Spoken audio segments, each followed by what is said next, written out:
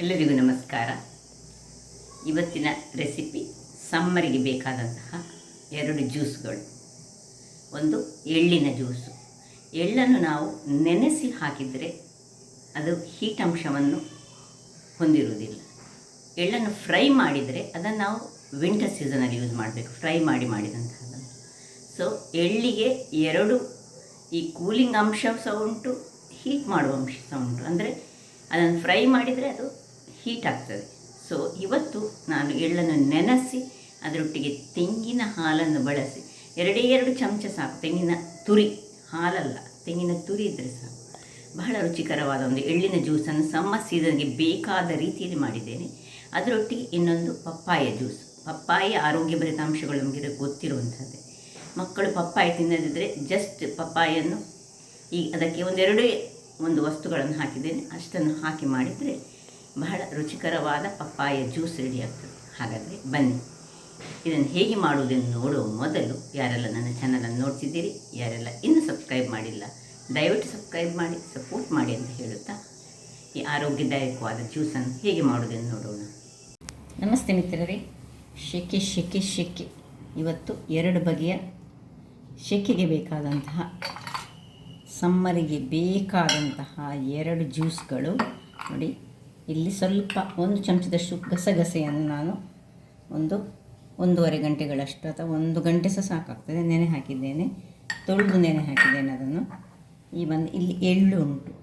So ಎಳ್ಳು 2 ಚಮಚ ಆದರೆ ನೋಡಿ, ಎಳ್ಳು 2 ಚಮಚ ಆದರೆ ಗಸಗಸೆ 1 ಚಮಚ ಮತ್ತು ಸ್ವಲ್ಪ 1-2 ಚಮಚದಷ್ಟು ತೆಂಗಿನ ತುರಿ ಬೇಕು ನಮಗೆ, ಪ್ಲಸ್ ಬೆಲ್ಲ. ಸೊ 1 ಎಳ್ಳಿನ ಜ್ಯೂಸ್, ಎಳ್ಳು ಮತ್ತು ಗಸಗಸೆ ಜ್ಯೂಸ್ ಆದರೆ 1 ಪಪ್ಪಾಯ ಜ್ಯೂಸ್. ಸೊ 2 ಆರೋಗ್ಯಕ್ಕೆ ಬಹಳ ಉತ್ತಮವಾದ ಜ್ಯೂಸ್ಗಳನ್ನು ಮಾಡ್ತಿದ್ದೇನೆ. ಇದು ಮೊದಲಿಗೆ ನಾವು ಎಳ್ಳು ಜ್ಯೂಸ್ ಮಾಡೋಣ. ಎಳ್ಳು ಜ್ಯೂಸ್ಗೋಸ್ಕರ ನಾನು ಈ ಒಂದು ಮಿಕ್ಸಿ ಜಾರನ್ನು ತೆಗೆದುಕೊಳ್ತೇನೆ. ಈಗ ಇದರ ನೀರನ್ನು ಬೇಕಿದ್ದರೆ ತೆಗೆದುಕೊಳ್ಬೋದು. ನೀವು ಮುಳುಗಿಸುವ ಮೊದಲೇ ಚೆನ್ನಾಗಿ ಇದನ್ನು ತೊಳೆದು ಮುಳುಗಿಸಿದರೆ ನೀರಿನೊಟ್ಟಿಗೆ ಹಾಕ್ಕೊಳ್ಬೋದು. ಇಲ್ಲದಿದ್ದರೆ ನೀವು ಅದರ ನೀರನ್ನು ಬಸಿದುಕೊಂಡು ಹಾಕ್ಕೊಳ್ಬೇಕಾಗ್ತದೆ. ಸೊ ಇನ್ನು ಇದರಷ್ಟು ನೀರು ಹೆಚ್ಚಾಗ್ಬೋದು ಸ್ವಲ್ಪ. ಮೊದಲು ಇಲ್ಲದಿದ್ದರೆ ಅದು ಗ್ರೈಂಡ್ ಆಗಲಿಕ್ಕೆ ಕಷ್ಟ ಆಗ್ತದೆ. ಸ್ವಲ್ಪ ನೀರಿಟ್ಟುಕೊಂಡು ಹಾಕೊಳ್ಳೋಣ. ಇನ್ನು ಗಸಗಸೆ ಸಹ ಹಾಗೆ ನೋಡಿ ಹಾಕ್ಕೊಂಡು, ಬೇಕಿದ್ರೆ ಮತ್ತು ಎಕ್ಸ್ಟ್ರಾ ನೀರಾದರೆ ಅದು ತೆಗೆದುಕೊಳ್ಳೋಣ. ಎಕ್ಸ್ಟ್ರಾ ನೀರು ಆಗ್ತಾ ಉಂಟು. ಸೊ ಸ್ವಲ್ಪ ನೀರು ತೆಗೆದುಕೊಳ್ತಿದ್ದೇನೆ ನಾನು. ಇಷ್ಟಿಷ್ಟೇ ಹಾಕ್ಕೊಂಡು ಈಗ ಇದಕ್ಕೆ 2 ಚಮಚದಷ್ಟು ತೆಂಗಿನ ತುರಿ, ಅದರೊಟ್ಟಿಗೆ 1 ಏಲಕ್ಕಿಯನ್ನು ಇಡಿಯನ್ನೇ ಹಾಕ್ಕೊಳ್ತಿದ್ದೇನೆ. ಸ್ವಲ್ಪ ಬೆಲ್ಲ ಬೇಕಿದ್ರೆ ಮತ್ತೆ ಸಹ ಹಾಕ್ಕೊಳ್ಬೋದು. ಈಗ ಸ್ವಲ್ಪ ಹಾಕ್ಕೊಳ್ಳೋಣ, ಮತ್ತು ಚಪ್ಪೆ ಆದರೆ ಹಾಕ್ಕೊಳ್ಳೋಣ, ಅಥವಾ ಸಕ್ಕರೆಯನ್ನು ಸಹ ಹಾಕ್ಕೊಳ್ಬೋದು. ಈಗ ಇದನ್ನು ಒಳ್ಳೆ ಪೇಸ್ಟ್ ಮಾಡ್ಕೊಂಡು ತರ್ತೇನೆ. ವೀಕ್ಷಕರೇ, ಇಲ್ಲಿ ನೋಡಿ, ಫೈನ್ ಗ್ರೈಂಡ್ ಮಾಡಿಕೊಂಡ್ರೆ ಇನ್ನು ಇದಕ್ಕೆ ಒಳ್ಳೆ ಪೇಸ್ಟ್ ರೆಡಿ ಆಯಿತು. 1 ಲೋಟದಷ್ಟು ಬಿಸಿ ತಣ್ಣಗಾದ ನೀರನ್ನು ಯೂಸ್ ಮಾಡಿಕೊಳ್ಬೇಕು.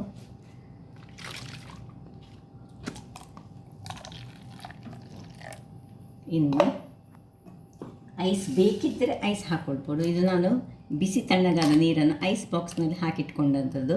ಇದನ್ನು ನಾನೀಗ ಕಟ್ ಮಾಡಿಕೊಂಡು ಇದಕ್ಕೆ ಹಾಕ್ಕೊಳ್ತೇನೆ. ವೀಕ್ಷಕರೇ ನೋಡಿ, ಇದನ್ನು ಕಟ್ ಮಾಡಿಕೊಂಡೆ ನಾನು. ಸೊ ನೀವು ಯಾವಾಗಲೂ ಫ್ರಿಡ್ಜ್ನಲ್ಲಿ ಐಸ್ನ ನೀರಿಡುವಾಗ ಬಿಸಿ ತಣ್ಣಗಾದ ನೀರನ್ನು ಇಟ್ಟರೆ ಬಹಳ ಚೆನ್ನಾಗಿ ಆಗ್ತದೆ.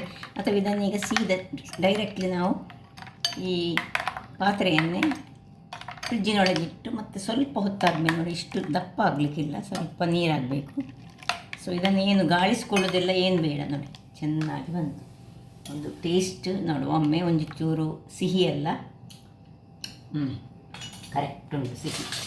ಸ್ವಲ್ಪ ಬೇಕಿದ್ದರೆ ನಾವು ತುಂಬ ಈಗ ಸಿಹಿ ಬೇಕಿದ್ದವರು ತುಂಬ ಸ್ವಲ್ಪ ಹಾಕ್ಕೊಳ್ಬೋದು ಬೆಲ್ಲ, ಅಥವಾ ಸಕ್ಕರೆ ಬೇಕಿದ್ದವರು ಸಕ್ಕರೆ ಹಾಕ್ಕೊಳ್ಬೋದು. ಒಂದು ರುಚಿಕರವಾದ ಎಳ್ಳಿನ ಜ್ಯೂಸ್ ರೆಡಿ ಆಯಿತು. ಈಗ ಇನ್ನು ಪಪ್ಪಾಯ ಜ್ಯೂಸ್ ರೆಡಿ ಮಾಡ್ಕೊಳ್ಳೋಣ. ಈ ಪಪ್ಪಾಯ ಜ್ಯೂಸನ್ನು ಈಗ ಪಪ್ಪಾಯನ್ನು ಸಣ್ಣದಾಗಿ ಹೆಚ್ಚಿಟ್ಕೊಳ್ಳೋಣ. ಸೊ ಸಣ್ಣ ಸಣ್ಣ ಕಟ್ಟಿಂಗ್ ಇದರಲ್ಲಿ ಮಾಡ್ಕೊಳ್ತಿದ್ದೇನೆ. ಇದಕ್ಕೊಂದು ಲಿಂಬೆ ಬೇಕು ಮತ್ತು ಸ್ವಲ್ಪ ಈ ಬಾದಾಮಿ ಇದ್ದರೆ ಒಳ್ಳೆಯದಾಗ್ತದೆ. ಸ್ವಲ್ಪ ಸಣ್ಣದಾಗಿ ಕಟ್ ಮಾಡಿಕೊಂಡು ಇದನ್ನು ಮಿಕ್ಸಿ ಜಾರಿಗೆ ಹಾಕೊಳ್ಳೋಣ.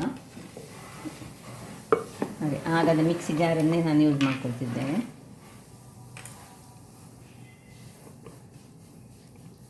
ಸೊ ಇಷ್ಟು ಒಂದು ಗ್ಲಾಸಿಗೆ ಒಂದಿಷ್ಟು ದೊಡ್ಡ ತುಂಡು ಸಾಕಾಗ್ತದೆ.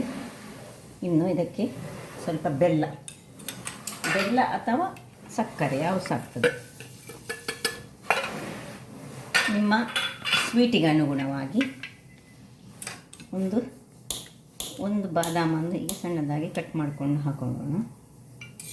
ಅದರೊಟ್ಟಿಗೆ ಒಂದು ಅಥವಾ ಎರಡು, ಅಥವಾ ನೀವು ಕ್ಯಾಶ್ಯೂ ನಟ್ಸ್ ಅಂತ ಹಾಕ್ಕೊಳ್ಬೋದು. ಸೊ ಇಷ್ಟನ್ನು ಹಾಕಿ ಇನ್ನು ಒಂದು ಲಿಂಬೆಯ ರಸ, ನಾನು ಸ್ವಲ್ಪ ಲಿಂಬೆ ರಸ ತೆಗೆದುಕೊಳ್ತೇನೆ. ಅರ್ಧ ಲಿಂಬೆ ಸಾಕು, ತುಂಬ ಅದು ಸಹ ಸಣ್ಣ ಲಿಂಬೆ ಆದರೆ ಅರ್ಧ ಲಿಂಬೆ, ದೊಡ್ಡ ಲಿಂಬೆ ಆದರೆ ಕಾಲು ಲಿಂಬೆಯಷ್ಟು ಸಾಕು. ತುಂಬ ಲಿಂಬೆ ಸಹ ಹಾಕ್ಕೊಳ್ಬಾರ್ದು. ಸ್ವಲ್ಪ ಇನ್ನು ಸ್ವಲ್ಪ ಬಿಸಿ ತಣ್ಣಗಾದ ನೀರು, ತುಂಬ ಹಾಕ್ಕೊಳ್ಬಾರ್ದು, ಸ್ವಲ್ಪ ಹಾಕ್ಕೊಂಡು ಗ್ರೈಂಡ್ ಮಾಡ್ಕೊಳ್ಳೋಣ. ವೀಕ್ಷಕರೇ ನೋಡಿ, ಈ ರೀತಿ ಪೇಸ್ಟಾಗಿ ಬಂತು. ಈಗ ಇದನ್ನು ನಾವು ಒಂದು ಬೌಲಿಗೆ ಟ್ರಾನ್ಸ್ಫರ್ ಮಾಡಿಕೊಂಡು ಇದಕ್ಕೆ ಬೇಕಿದ್ದಷ್ಟು ನೀರು. ಈ ಒಂದು ಪಪ್ಪಾಯಿ ಜ್ಯೂಸಿಗೆ ಹೆಚ್ಚು ಸ್ವೀಟ್ ಹಾಕ್ಕೊಳ್ಬಾರ್ದು, ಯಾಕಂದರೆ ಪಪ್ಪಾಯಿ ಆಲ್ರೆಡಿ ಸ್ವೀಟ್ ಇರ್ತದೆ, ಅದರಿಂದಾಗಿ ಬೆಲ್ಲ ಸ್ವಲ್ಪ ಹಾಕ್ಕೊಳ್ಬೇಕು. ಮತ್ತು ಇಲ್ಲಿ ನಿಮಗೆ ಏಲಕ್ಕಿ ಬೇಕಿದ್ದರೆ ಏಲಕ್ಕಿ ಪುಡಿಯನ್ನು ಹಾಕ್ಕೊಳ್ಬೋದು.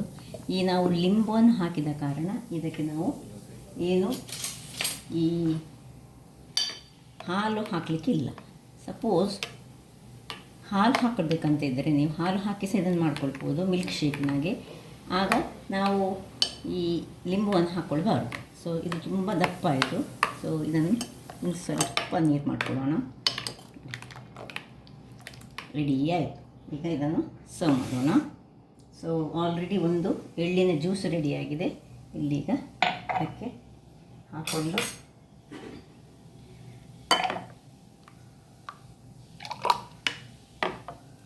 ಸಣ್ಣ ಚಂಕ್ಸ್ ಇದ್ದರೆ ಸಹ ತೊಂದರೆ ಇಲ್ಲ. ಈಗ ಇದರ ಮೇಲೆ ಈಗ ಬಾದಾಮಿ ಮತ್ತು ಸ್ವಲ್ಪ ಕ್ಯಾಶ್ಯೂ ನಟ್ಟೆಲ್ಲ ಹಾಕ್ಕೊಂಡು ಸರ್ವ್ ಮಾಡ್ಕೊಳ್ಬೋದು. So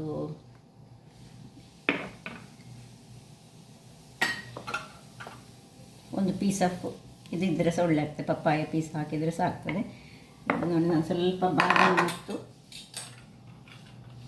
cashew ನಟ್ಸನ್ನು ready ಮಾಡಿಟ್ಟುಕೊಂಡಿದ್ದೇನೆ. ಅದೇ ರೀತಿ ಇಲ್ಲಿ ಇದಕ್ಕೆ ಸಹ ಹಾಗೆ ಒಂದು ಸ್ವಲ್ಪ ಬೇಕಿದ್ದರೆ, ಇದು ಆಪ್ಷನಲ್, ಬೇಕಿದ್ದರೆ ಹಾಕ್ಕೊಳ್ಬೋದು.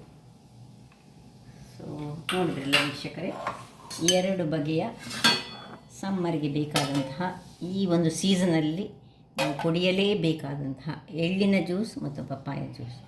ಹಾಗಾದರೆ ನನ್ನ ಈ ಕುಕಿಂಗ್ ಚಾನಲ್ ನಿಮಗೆ ಇಷ್ಟ ಆದರೆ ಗೋಳೂರು ಸುವರ್ಣ ಚಾನಲನ್ನು ಲೈಕ್ ಮಾಡಿ, ಶೇರ್ ಮಾಡಿ, ಸಬ್ಸ್ಕ್ರೈಬ್ ಮಾಡಿ ಹಾಗೂ ನನ್ನ ಇನ್ಸ್ಟಾಗ್ರಾಮ್ ಪೇಜನ್ನು ಫಾಲೋ ಮಾಡಿ. ಧನ್ಯವಾದಗಳು.